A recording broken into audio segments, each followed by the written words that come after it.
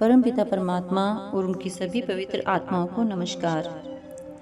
जब सिमरन के द्वारा मन शरीर में से सिमटकर आँखों के केंद्र पर आता है तो वह अपने स्वभाव के कारण वापस नीचे की ओर गिरने लगता है, क्योंकि इस केंद्र पर उसे कोई ऐसा आधार नहीं मिलता जिसके सहारे वह यहाँ ठहरा रह सके। मन को अंदर ठहराने के लिए संत ध्यान का साधन बताते हैं। सिमरन के समान ध्यान भी मन का स्वभाव है, और यदि सिमरन मन को 9 द्वारों से हटाकर ऊपर लाता है तो ध्यान मन को संसार की ओर जाने से रोककर अंदर टिकाता है। जन्म जन्मांतरों से मन को संसार के पदार्थों और शक्लों का ध्यान करने की आदत पड़ी हुई है। संत कहते हैं कि जहाँ मन का ध्यान और प्यार होगा वहीं जाकर जीव को जन्म लेना पड़ेगा। इसलिए संसार का प्यार बार बार संसार में जन्म लेने का कारण बनता है। ध्यान चाहे किसी देवता की मूर्ति का हो या किसी महात्मा के चित्र का, वह जड़ का ही ध्यान है जो जीव को जड़ जगत के बंधनों से नहीं छुड़ा सकता। पेड़, सर्प, पक्षी और जानवरों का ध्यान आत्मा को इन्हीं के स्तर पर ले जाएगा। ये जीव तत्वों के हिसाब से 1, 2, 3 या 4 तत्वों वाले हैं और सृष्टि में मनुष्य के दर्जे से कहीं नीचे हैं। मनुष्य 5 तत्वों का बना हुआ पुतला है और सृष्टि का सिर मोर है। 1, 2, 3 या 4 तत्वों के प्राणियों के ध्यान से मनुष्य इनके साथ लगाव अथवा मोह पैदा करके नीचे गिरेगा। कबीर साहिब कहते हैं कि अनमोल मनुष्य जन्म पाकर साधक को चाहिए कि वह ऐसा ध्यान धरे कि उसे दोबारा जन्म लेकर किसी प्रकार का ध्यान ना करना पड़े। मनुष्य ने परमात्मा को देखा नहीं है जिससे उसका ध्यान कर सके, और पत्थर, पेड़, पशु पक्षी आदि उसके ध्यान के योग्य नहीं।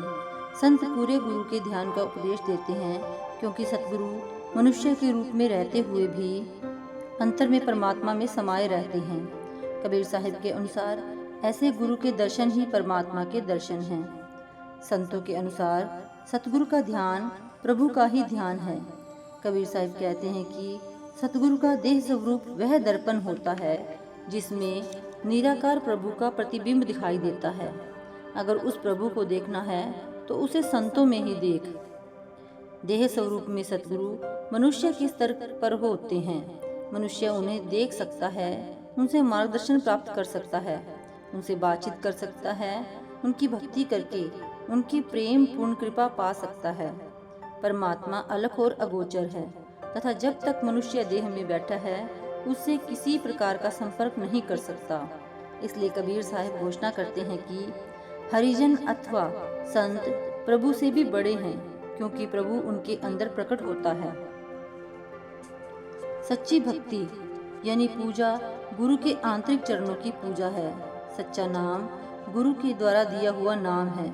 सच्चा ध्यान गुरु के स्वरूप का ध्यान तथा सच्चा प्रेम गुरु प्रेम ही अंतिम सत्य है।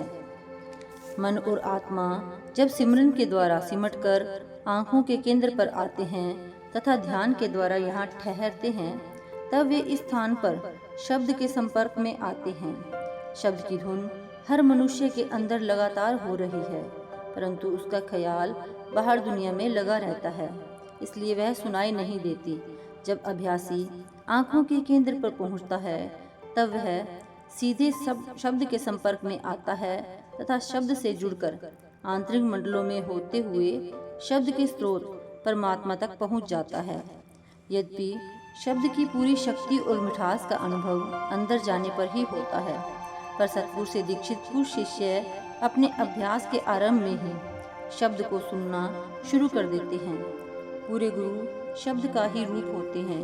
वह शिष्य को नामदान के समय आत्मा को शब्द के साथ जोड़ने की विधि बता देते हैं। कबीर साहिब कहते हैं कि सतगुरु ने मुझ पर अपार कृपा करके ऐसा अमर शब्द प्रदान किया है जिसके फलस्वरूप मैं अंतर के शीतल और सुखमय लोकों में पवित्र आनंद ले रहा हूँ। अभ्यास में गहरी एकाग्रता की अवस्था में मन और तन स्थिर हो जाते हैं। सूरत शब्द की धुन में और निरत उसके प्रकाश में लीन हो जाती है।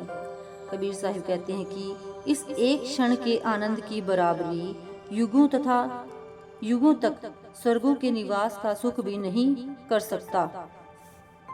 अभ्यास में एकाग्रता की सर्वोच्च अवस्था प्राप्त होने पर जबानी सिमरन तथा अजपा सिमरन अर्थात मन के अंदर अपने आप होने वाला जप बंद हो जाता है।